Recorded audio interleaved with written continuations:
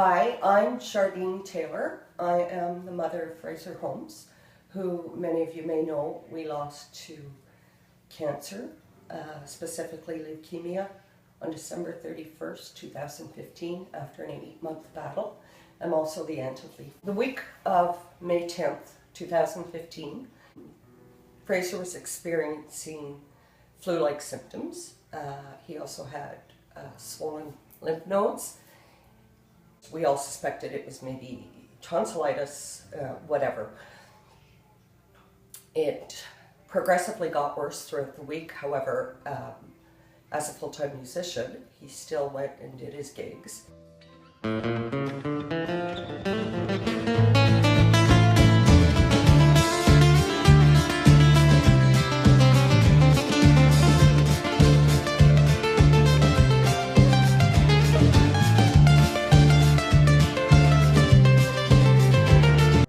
And on May 9th, he stood in a wedding for one of his best friends.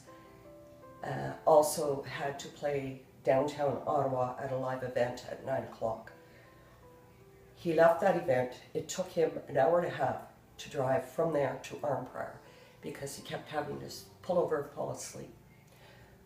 Anyway, as luck would have it, his uncle, Max, had spoken with him and suggested that Fraser come into the Emerge the next morning. So Sunday morning, which was Mother's Day, May 10th, Fraser went into the Emerge, and after having blood work done, it was determined that number 1, he had leukemia, and number 2, he was also experiencing diabetic symptoms. So obviously from there we went straight to Ottawa by ambulance.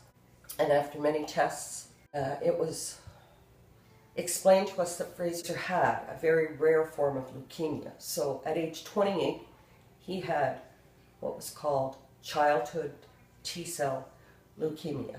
They had never had anybody at his age to have this type of leukemia.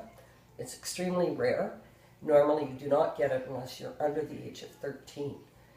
It also was compounded by the fact that the day leukemia hit is the day he also became a type 1 diabetic. So for some reason, Fraser's immune system went awry and he ended up with both.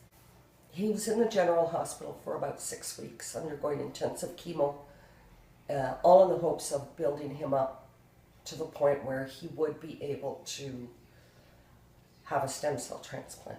If you're not aware of what a stem cell transplant is, you should look it up, because each and every one of you could possibly save someone's life simply by registering. And you can do it online. But you register, they send you a kit, you swab, you send it back in, and from there you're registered to donate, and you could possibly save someone's life at the same time. Anyway, they did find a match for Fraser. We found out in August. And it was a perfect match. So after much chemo, the week before the transplant, he also had radiation and some therapy called AGT, which completely removed every bit of his own immune system. He had absolutely no immune system, which meant that there was very little he could do, or there was very few people he could be around. He was extremely brave through it all, and we were all very positive. Because in my eyes, leukemia could be cured. We weren't aware of the fact just how very, very rare his was. And that was probably a good thing. He had the transplant September 18th. He responded very well to the transplant. And the first marker that they want you to see you hit is 100 days. After 100 days, they're feeling that your own immune system has now reborn. It's able to fight off everything.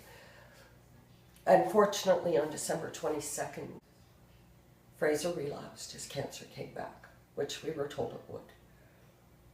And because it was rare, we were also told if it came back, it would be extremely aggressive and virtually impossible to battle. at the time when he was readmitted to the Ottawa General Hospital on December 22nd, it became a race. The oncologists were reaching out everywhere, right across the world, trying to find if there was a new trial being used, anything. Which is where the dollars, when we donate, if you are donating to the Cancer Society, or specifically to the Ottawa Hospital, whichever you're doing, it's to save people like Fraser, because they need the money to continue the research, to find better methods, better drugs. So what all of you are doing is so important. I just can't say enough about it. One of Fraser's last things that he did before he took sick was to go with Leaf, to help Leaf go door to door looking for donations for the Relay for Life. Fraser was so impressed that a school could do so much. Though it wasn't his alma mater, he was a graduate of St. Joe's. He was absolutely blown away that that many young people would become involved in something so, so important. So if you wonder if you're doing the right thing, you absolutely are. You could be saving a life. RCI has been, for years, the top fundraising school in Canada for Relay for Life, and let's continue to make that happen this year. Thank you, everybody.